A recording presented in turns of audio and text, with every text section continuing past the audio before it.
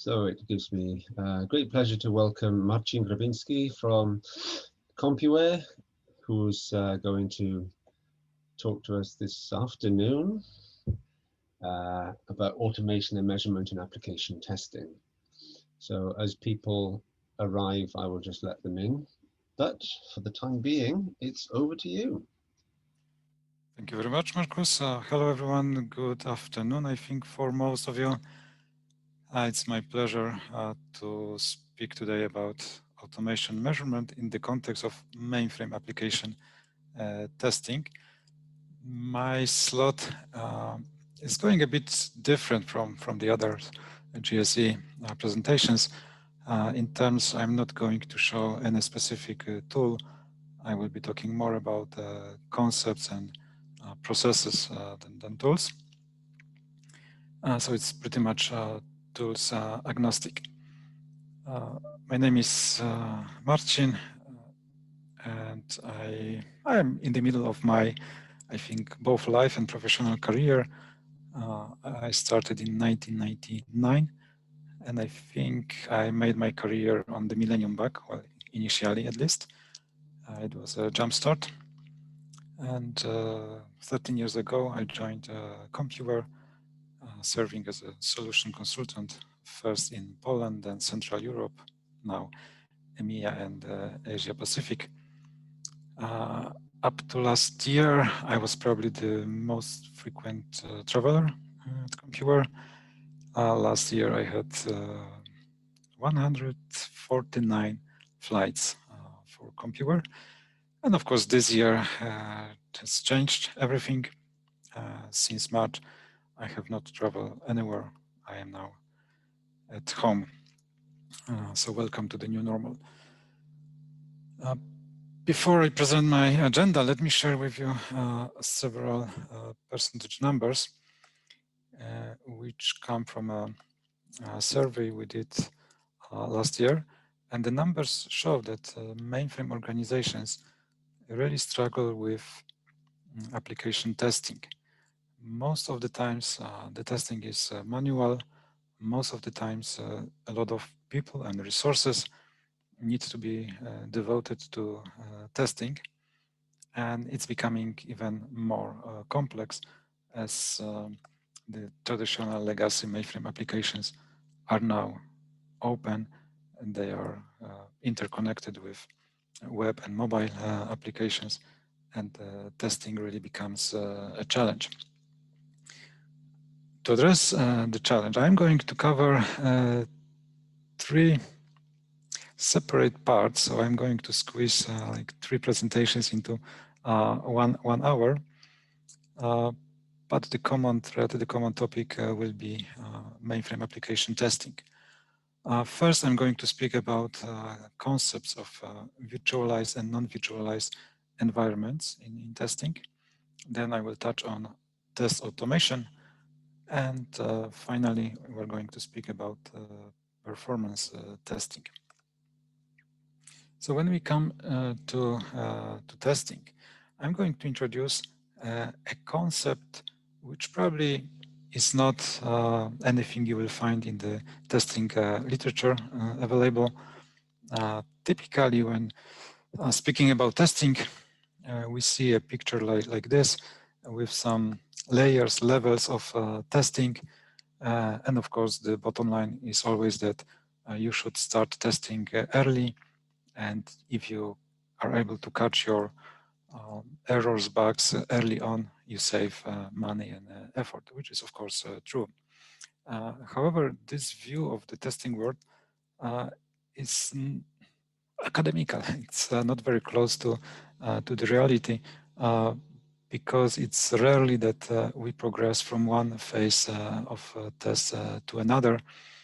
The reality is quite more complex.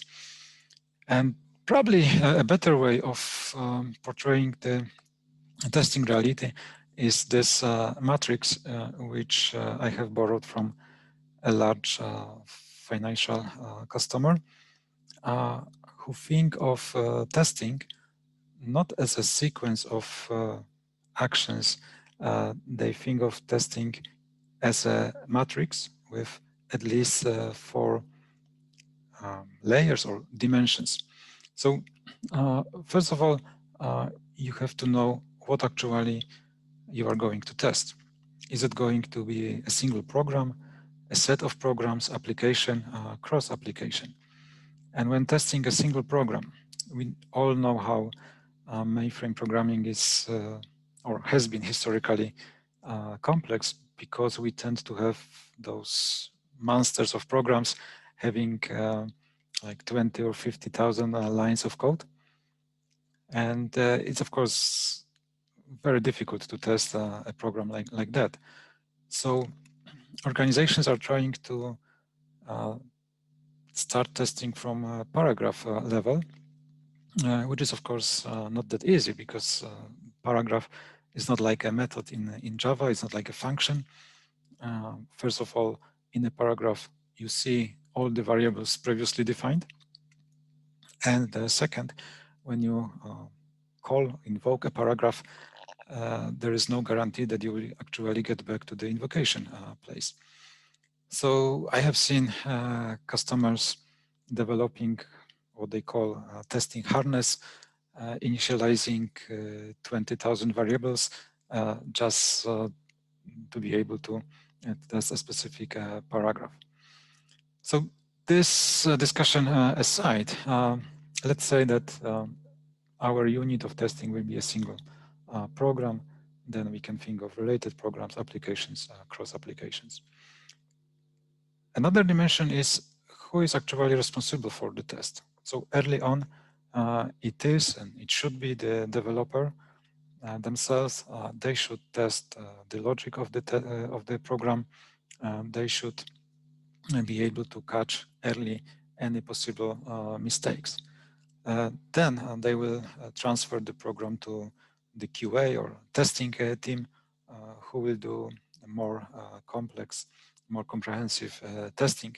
And finally, we might have business users or even end users sometimes. Then we have to take into account the environment. Where is the test being performed? Is it development? Is it testing LPARs? Is it pre-production? Hopefully it's not production. And finally, organizations will have tools. Well, potentially they will have tools, because still many organizations do testing without any tools, which probably should stop in the coming years, because it's now impossible to deal with the task without a proper tool.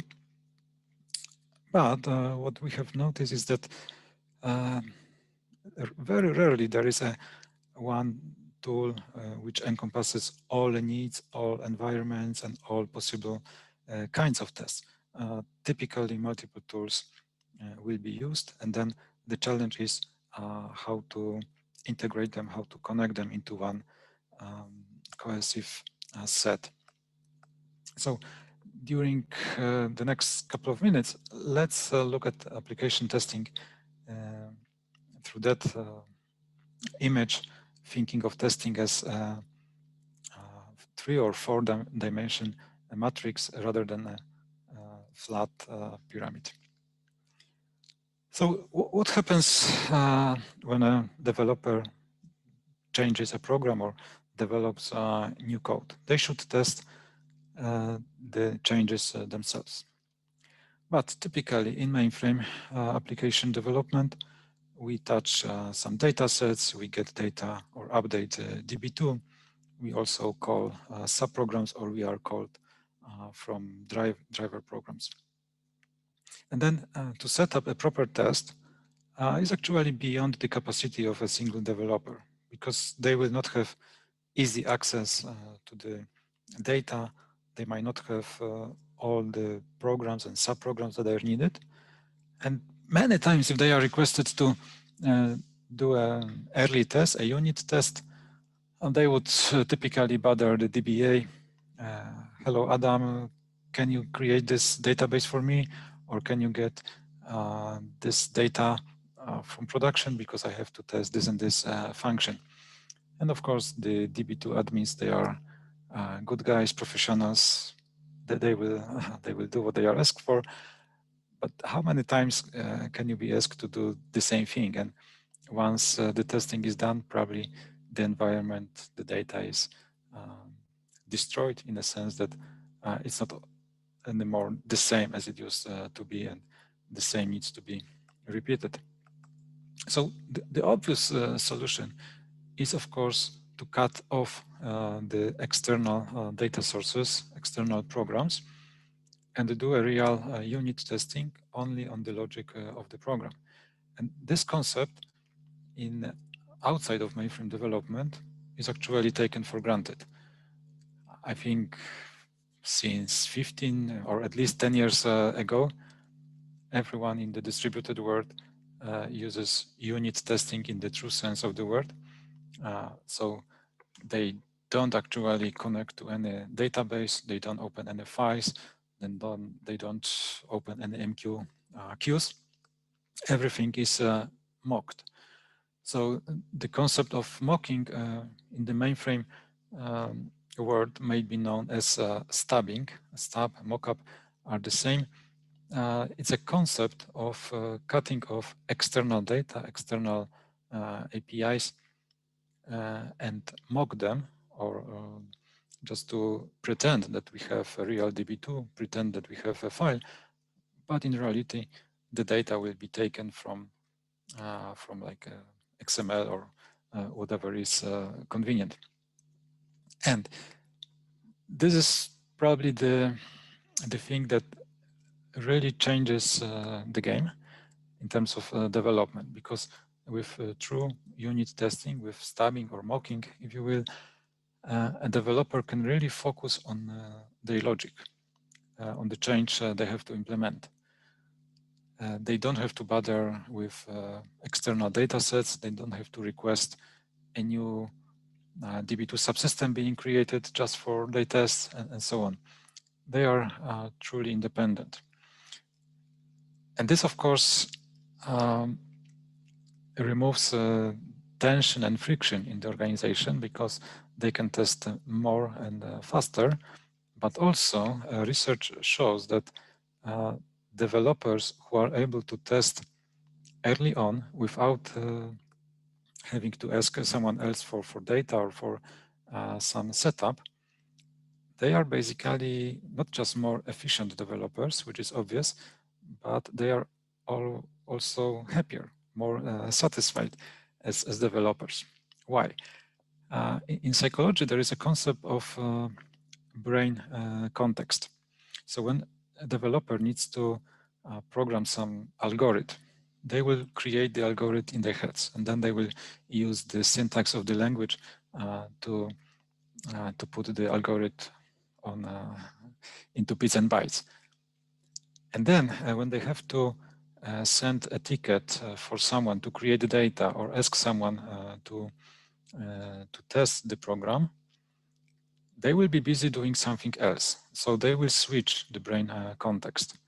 And when finally the environment is ready and they can actually do the testing, they have to rebuild the context, which for some people comes naturally, but for most it takes some time, perhaps just minutes, but they have to reestablish the context in brain. And long term, the constant switching of brain context causes job dissatisfaction.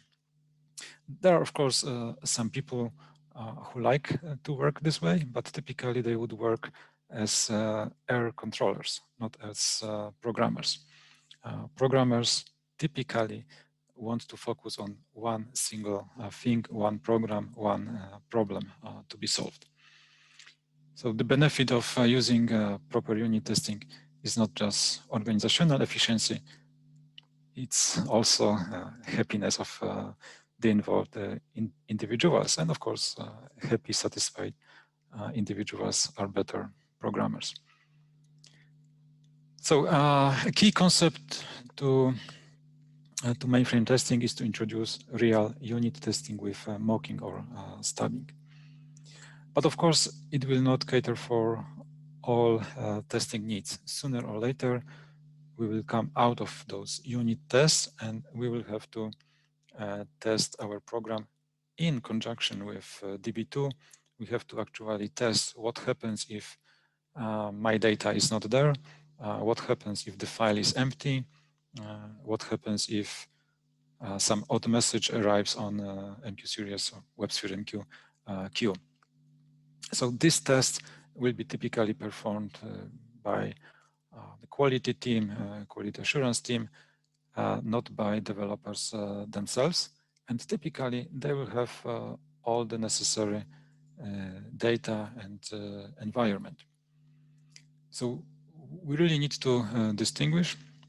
Unit testing will not replace, call it integration or functional testing, but it is really essential. It's the place where we start. So now introducing the concept of virtualized and non-virtualized testing environments. Early on, call it unit testing, the ideal is to virtualize external data or simulate external data such as program calls, DB2, dataset request, and so on. Later in the application lifecycle, we actually need to have all those external data sources, external APIs. And I think it's very important to say that it's not like we always need virtualized testing followed by non-virtualized. Having in mind the matrix I stole from a customer, we could actually think of situations when no unit testing is really needed, and we will go directly into integration testing. And sometimes the unit testing will be the only testing done, and then we'll progress probably into pre-production. So depending on the situation, we must be smart, and we must know which test should be involved. So it's not always a clear progression from bottom up, going from unit into functional or integration testing.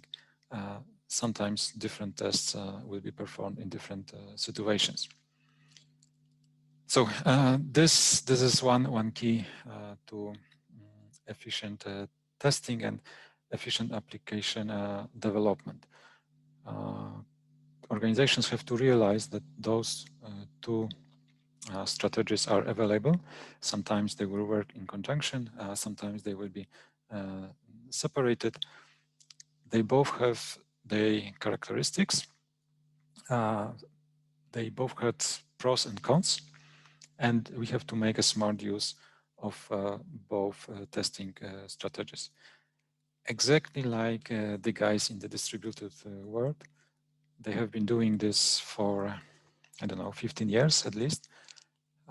My own brother, who lives and works in the UK, in Scotland, he actually made his career on effective unit testing, on developing testing harnesses, and using tools available in the market.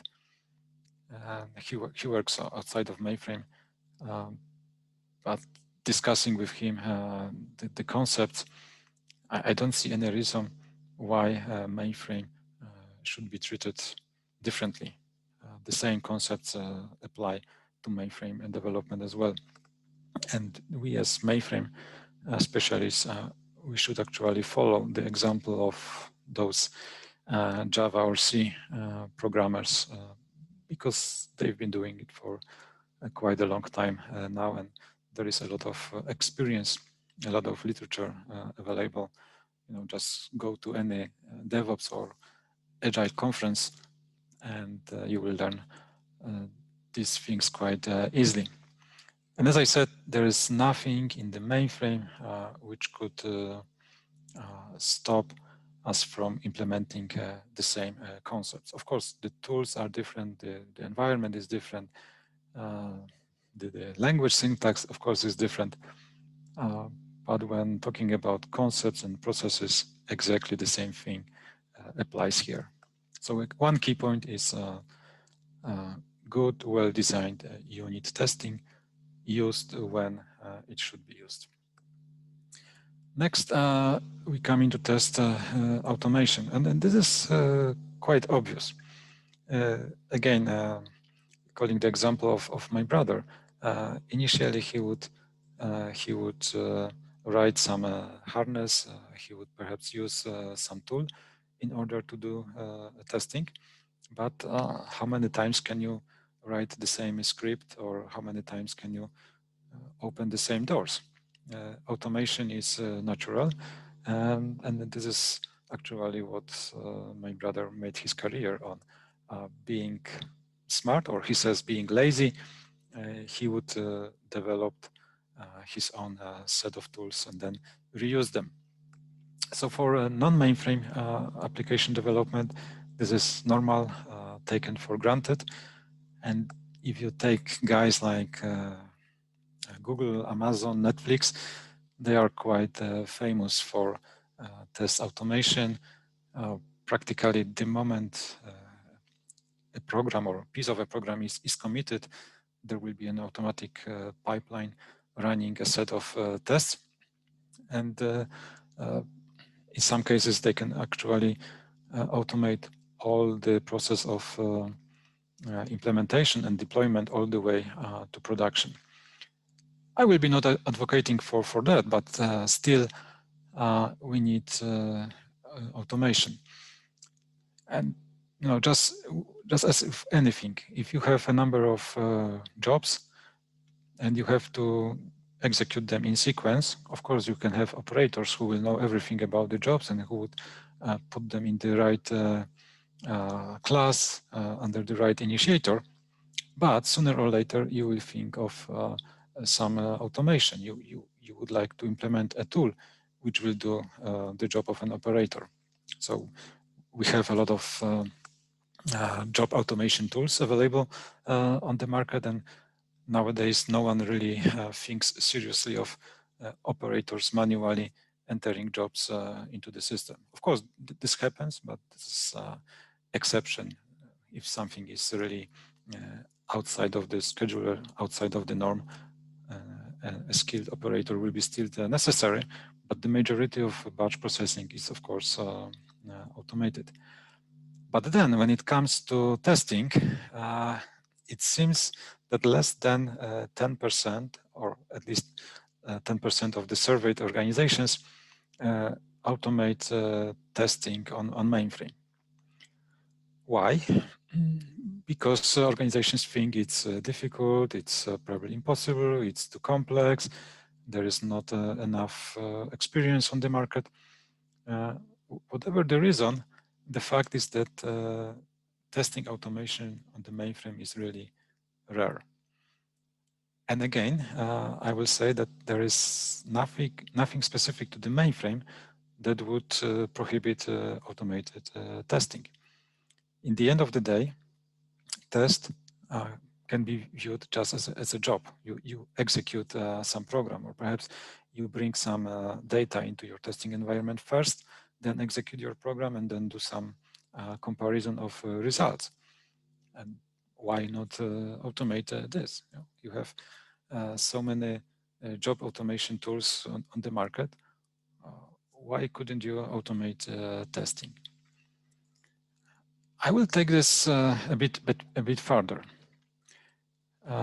In the non-mainframe development world, there is a concept of a pipeline, which is really like a series of jobs typically used to build application, to test application, to check quality, and also to deploy application. In the beginning, I said I would not use any specific tools. Well, this slide is a bit of an exception. I do have some logos here, like Jenkins, only to serve as illustration. That in the non-mainframe world, there are tons of tools, and many of them are actually freeware or openware that can be used. And rather than creating our own world in the mainframe, we could use those tools, because mainframe jobs, mainframe tasks can be actually quite easily executed from a Jenkins pipeline. And let me share an example of our customer, a bank in Poland, a bank which actually I am a customer, a client of myself. So a couple years ago, they blended the development of applications. They blended the teams, and there is mainframe with DB2 and Kix, but of course there is web and there is mobile interface, which is actually very good and rewarded many times. So what they did, they brought together the Python or Java or whatever PHP developers with COBOL programmers, and all use the same set of tooling. It's actually Microsoft Visual Studio, but then they used APIs to both non-mainframe and mainframe tools. On mainframe, they of course use an SCM for compiling, for doing binds, for doing all the promotions, deployments, but everything is steered from APIs which sit behind the Visual Studio editor. And a COBOL programmer or Java programmer work exactly in the same way. They develop their code, they commit, and then a number of tests is automatically executed. In some cases, they also automatically deploy into pre-production or even production. So this shows me, if quite a small bank with something like, I don't know, 6 million accounts, they were able to do this. Why not a bigger and richer organization in terms of people and tools? They could achieve the same goal. And they could tear the walls between mainframe and non-mainframe development, and both teams can work in the same way. They can use the same set of tools.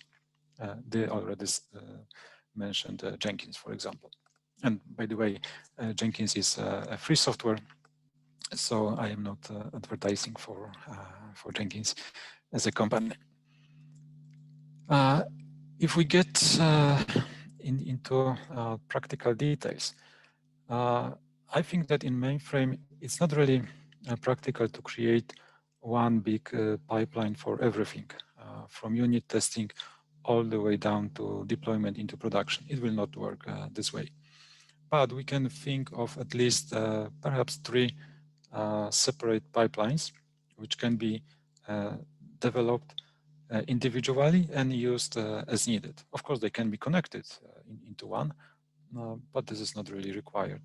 So if we look at development, first of all, when a programmer ends a change or modification to a program, they would generate or compile, and then if the compilation is okay, they will promote.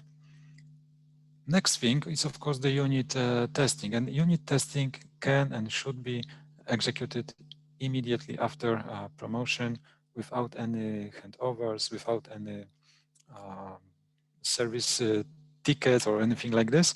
This should be done not even by the developer, it should be done automatically. Of course, it implies that prior to this, we have spent some time developing the scenarios, and we actually know which scenarios are linked to which program. And this is not trivial. There is a lot of challenges, but it's possible. And then we can automatically trigger something like a code analysis. We could implement a quality gate, which would be based, for example, on the testing results, or code coverage results, or technical debt introduced or removed, and so on. And then we could automatically promote to the next level. And I am talking about the mainframe application. So we still have the source and the code and the DBRMs on the mainframe, and we still have a mainframe SCM. there is a popular topic on conferences to introduce Git into mainframe, and I am all for it. However, Git will not compile on the mainframe. You still need something that will do the compilation. You need something that will orchestrate bind or whatever you need to do to build your application. Git will just serve as a repository. But nevertheless, having a mainframe SCM tool, you still can trigger, for example, a Jenkins job. You still can automate testing and quality check. Then in the QA environment, you could have a separate pipeline which would execute some more tests, call them functional or integration tests. And then perhaps we could end with promotion to pre-production. And then another pipeline could be responsible for deployment. And deployment nowadays cannot be limited to mainframe only. You know, talking of the bank I mentioned, I use the mobile application. And anytime I log in, I see my account balance or I do some transfer, it actually goes down to the mainframe and there will be a Kix transaction and something will be updated in DB2 or something will be selected from DB2. I know because they are a customer of ours and I spent hours working with them, so I know the infrastructure. And still, as a client, I only see the mobile application. I don't see any mainframe. And I know that when they introduce a new feature, a new fancy feature on my mobile, I know that actually it also involves a mainframe. So they destroyed the concept of a mainframe silo. When they deploy a new feature, it's a combined deployment to some Microsoft application server, to web server, and mainframe as well. And this deployment is automated. Of course, they can go back if something goes wrong. They can restore a previous version quite easily. And that means that they don't have to announce like a maintenance window, you know, from Friday to Monday, nothing works. They do sometimes have very short breaks, but typically that would be like when we change the time in October and March. So that would be like 1 hour of break. But other than that, they are operational 24/7. And they can beat competition, bigger, richer banks because they are faster. When they want to introduce a new feature, it's easier for them because the mainframe and distributed teams work together. And I know another bank in Poland which have the same banking application as this one, but they still work in a slower way and still need more time to develop and deploy on mainframe and in distributed. So my second point is test automation is another key to successful mainframe application development. The key number one was unit testing in true sense with mocking or stubbing, if you will. Point number two is automation. Automation, again, used smartly when possible, when it makes sense, when it brings savings in terms of time and effort, and also money. The last point, and probably the longest, is about performance testing. We all know that performance is really crucial. If I use my banking application on my mobile and I have to wait like 20 seconds before I log in, most likely I will find another bank with a faster interface. We live in an instant world, and if a page replies after 3-4 seconds, we think it's slow. We want everything instantly.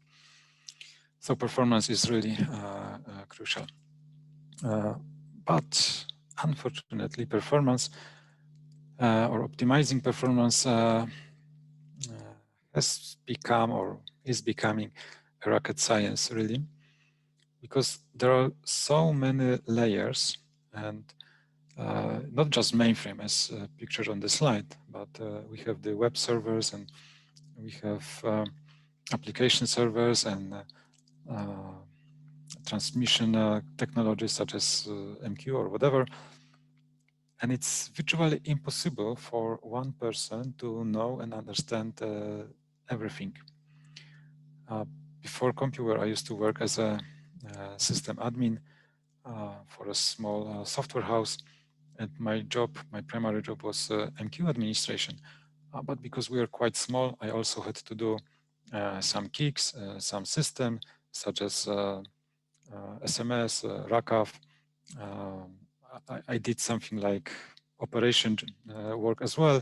Partially, I ventured to DB2 as well. I had to know and understand a lot of technologies in order to serve my company successfully. And we still perhaps have people who know everything, but they are becoming, like white unicorns. You only hear about them, but you never see one. And I think the trend is that we'll be specializing more and more in narrow areas. We cannot really comprehend everything. And with performance, we actually have to think about everything, because performance problems may arise in the program code, in DB2 access, or perhaps in a wrong MQ configuration, or perhaps it's down to hardware. Perhaps we don't have enough CPU power, and so on. And forgive me, this picture, it's like present in performance presentations, I don't know, for good 20 years. But it's true. So most of the problems will be well hidden, and what you see as a performance problem, in many cases, will be caused by something which is underwater, something which is not visible. And well, we know the story from 1912, when the captain and the crew saw the iceberg, and they tried to steer away from it, but they were actually hit by underwater part of the iceberg, and the iceberg virtually ripped the side of the ship, and she sank. Same with performance. And now I will give you an example, and this is where I'm going a bit technical. So this is a real world example. Here we have a simple select statement, which simply selects one column from one table, and the where clause is not that complicated. We have just three conditions linked with logical AND. And when this specific program was analyzed, the customer discovered that one single SQL statement took 8.3% of the CPU consumption. Of course, that's a lot, because this nice simple SQL was executed over 3 million times. But when we looked closely at what happened, we learned that there were over 6 million of get pages. And interestingly, looking at DB2 statistics and trying to see what was going on, the select was executed 3.3 million times. 3.3 million times being executed resulted in 6.3 million DB2 page gets, a lot. But the whole table was just less than 3,000 rows. Okay, so 6 million page gets from a table which was only less than 3,000 rows. So if you are a DB2 expert, what can you do with this statement? How much can you tune the statement? How much can you tune your index? How much can you tune? Well, you can run reorg every minute if you will, but still the application will need 6.3 million page gets, even though there is only 3,000 rows. Why? Because there was, well, I don't want to criticize, but probably there was an inefficiency hidden back in the application. Perhaps the whole application, the whole program could have been developed differently if you have only 3,000 distinct rows. Why not loading them on into memory and then working from memory rather than keeping the selects every time you need something. So this shows that you could be the best DB2 specialist on earth. You could have the best tools from all the vendors combined, but still you wouldn't be able to tune that specific program because the problem was hidden really underwater in the logic of the program. And how many times you have problems like this, and you need really people who understand the program logic. You need people who understand language environment. You need people who understand how memory operations work, and so on. And of course, you need a DB2 expert, and you need Kix expert on top of it, and so on. So it's extremely difficult to performance tune a contemporary mainframe application. For that reason, I would like to introduce a definition of application performance management, which is to deliver efficient and responsive applications and maintain high standards throughout the life of the application. And the two key words here are efficient and responsive. Responsive is, of course, from the perspective of the user. Basically, it should be fast. I don't want to wait a few seconds for my reply. The application must be responding in a fast manner. Efficient means that what we need, we have a certain set of resources, such as CPU, memory, and also network bandwidth, and so on. And we have to make optimal use of those available resources, because of course we cannot keep adding CPU every time we have 100 customers more. It's madness. But when we think about how performance is tested, many times what organizations do can be called performance testing, which means engineering performance into the development process.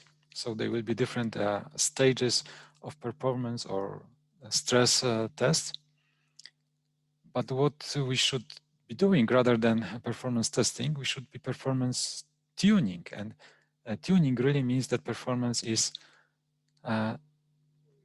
designed into the application. You know, from the very beginning, we think about performance and not treat it as an afterthought. So typically, if you have your typical mainframe application and the development process, you can draw a number of boxes, a number of arrows, and see how the workflow goes.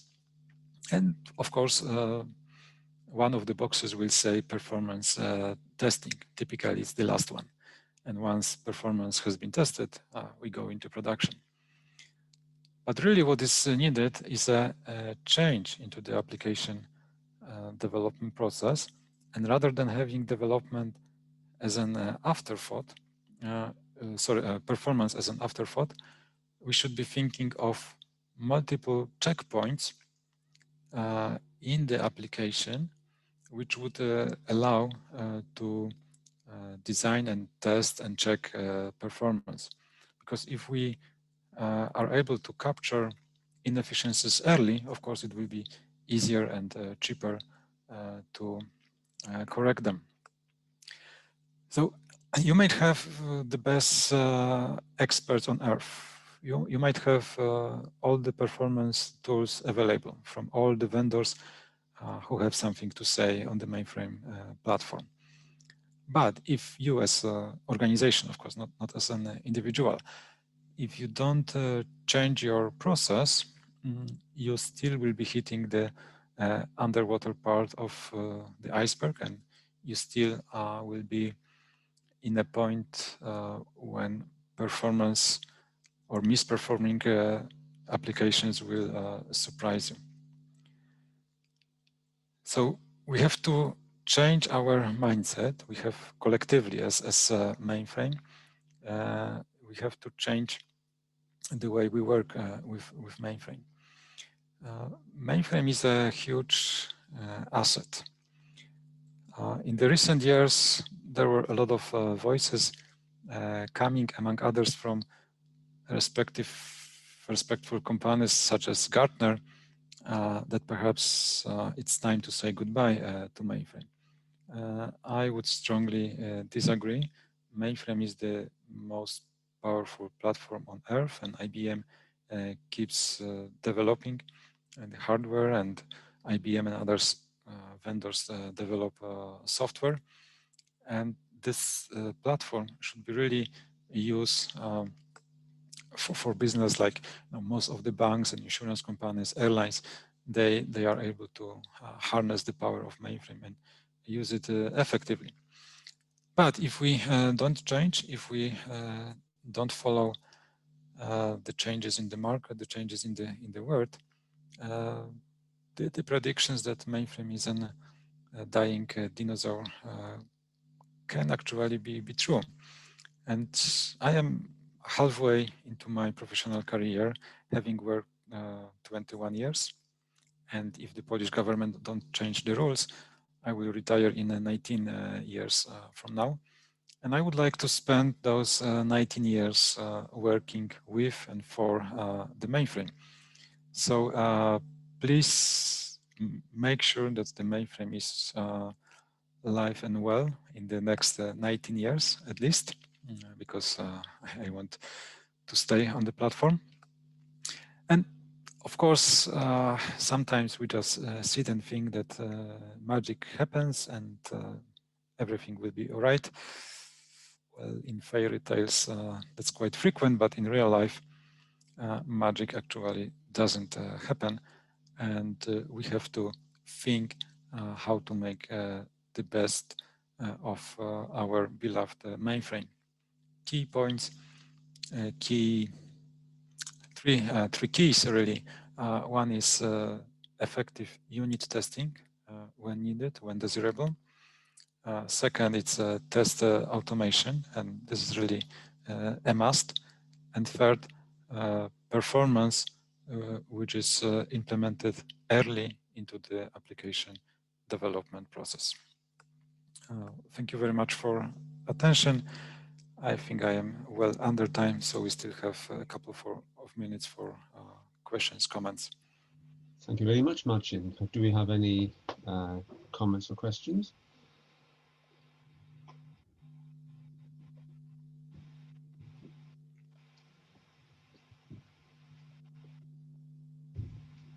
Giving you time to type. Just pop the questions in the chat box.